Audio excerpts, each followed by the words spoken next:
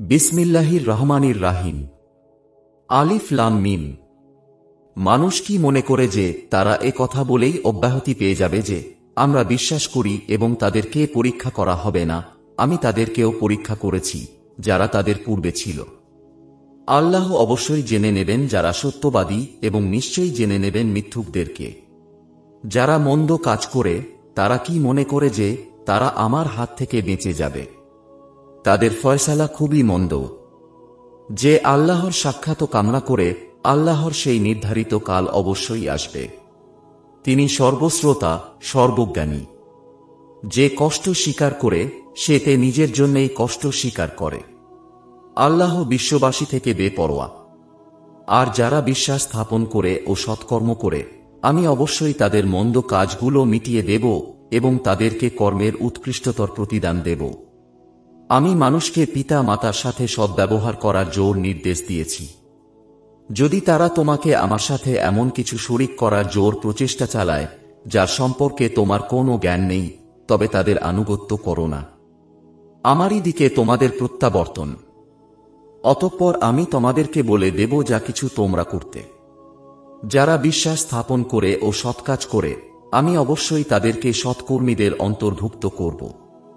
কতক লোক বলে আমরা আল্লাহর উপর বিশ্বাস স্থাপন করেছি, কিন্তু আল্লাহর পথে যখন তারা নির্যাতিত হয় তখন তারা মানুষের নির্যাতনকে আল্লাহর আযাবের মতো মনে করে।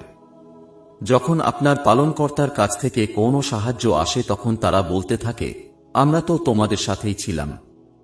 বিশ্ববাসীর অন্তরে যা আছে আল্লাহ কি তা সম্যক অবগত নন? আল্লাহ অবশ্যই জেনে নেবেন যারা বিশ্বাস স্থাপন করেছে এবং নিশ্চয় জেনে নেবেন যারা মুনাফিক।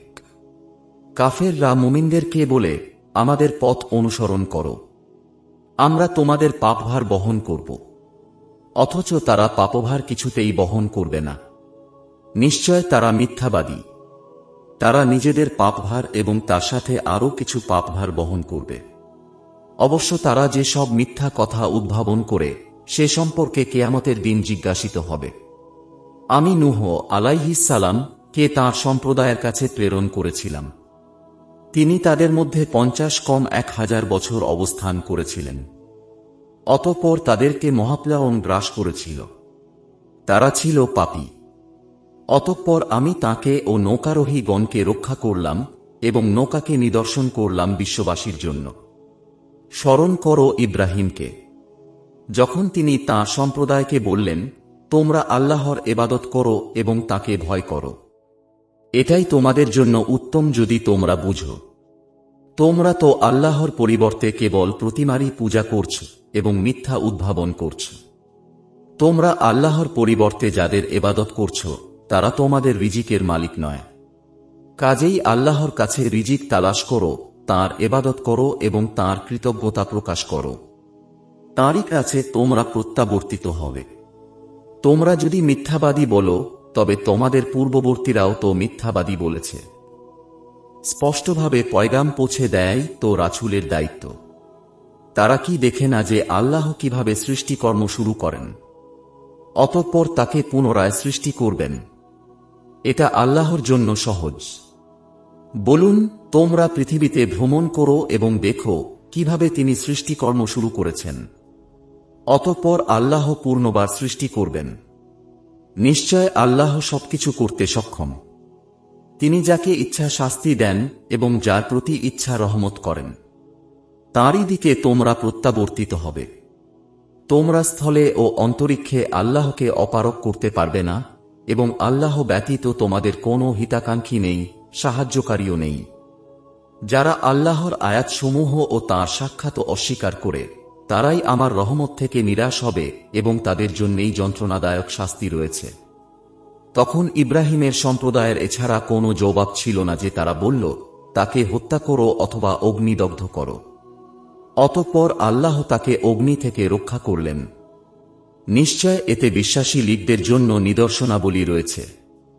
ইব্রাহিম বললেন, পার্থিব জীবনে তোমাদের পারস্পরিক ভালোবাসা রক্ষার জন্য তোমরা আল্লাহর পরিবর্তে প্রতিমাগুলোকে উপাস্যরূপে গ্রহণ করেছ।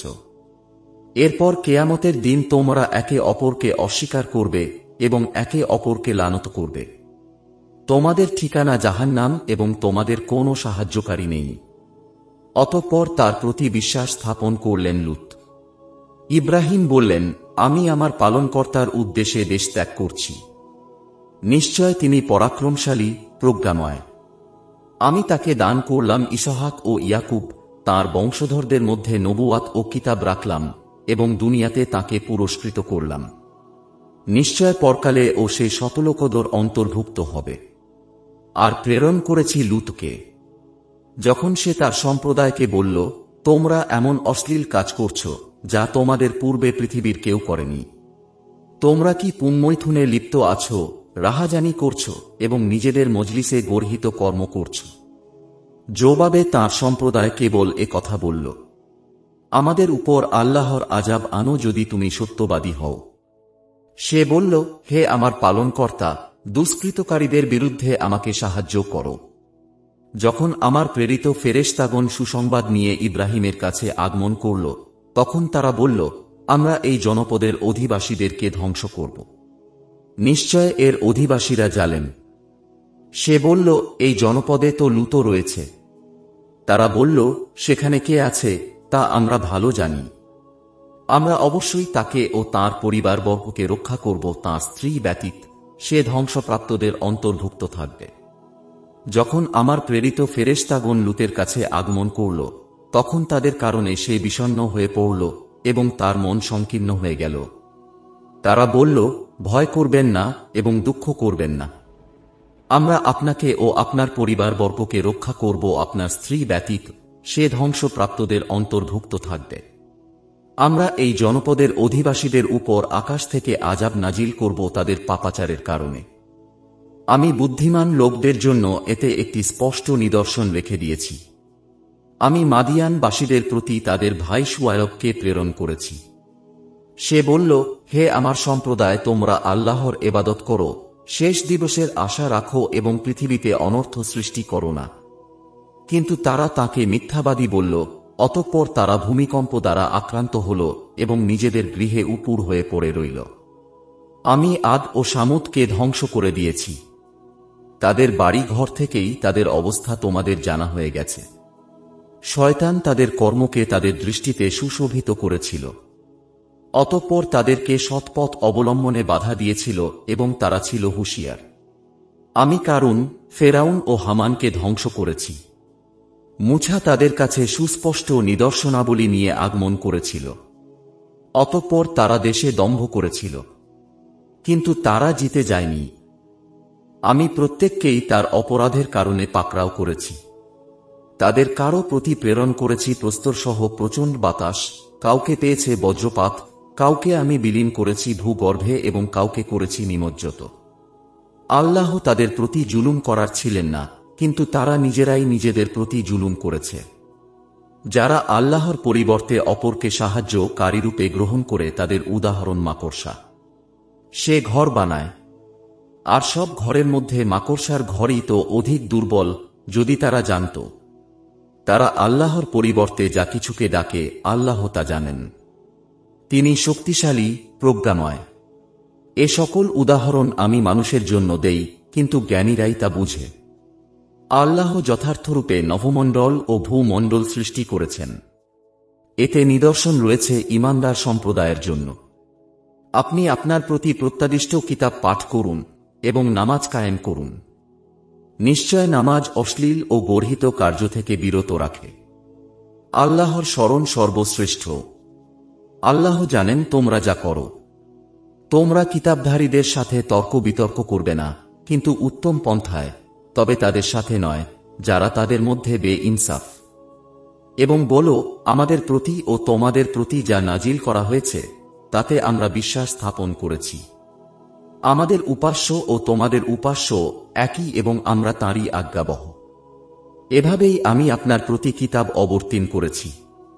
অতঃপর যাদেরকে আমি কিতাব দিয়েছিলাম তারা একই মেনে চলে এবং এদেরও, মক্কাবাসীদেরও কেউ কেউ এতে বিশ্বাস রাখে।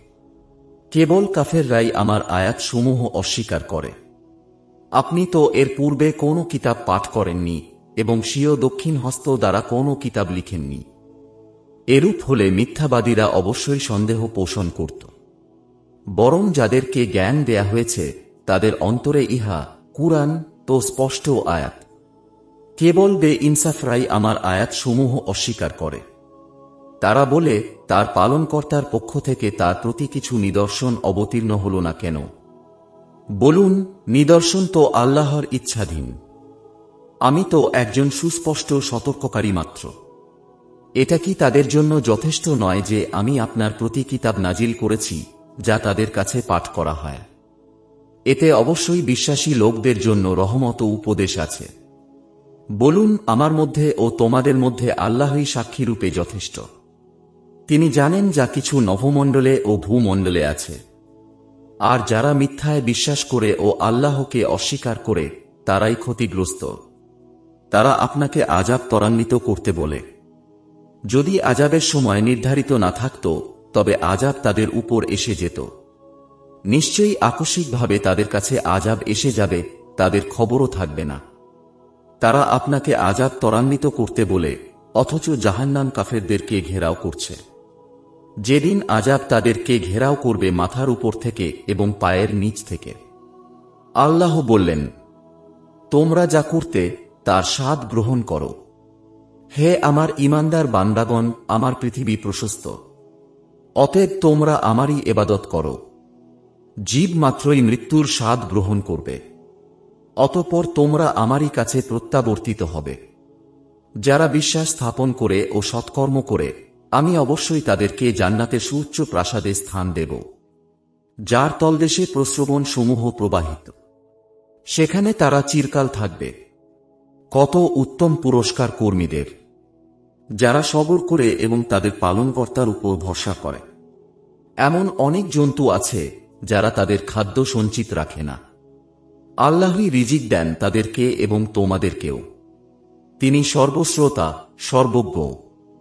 যদি আপনি তাদেরকে জিজ্ঞেস করেন, কে নভমণ্ডল ও ভূমণ্ডল সৃষ্টি করেছে, চন্দ্র ও সূর্যকে কর্মে নিয়োজিত করেছে, তবে তারা অবশ্যই বলবে আল্লাহ।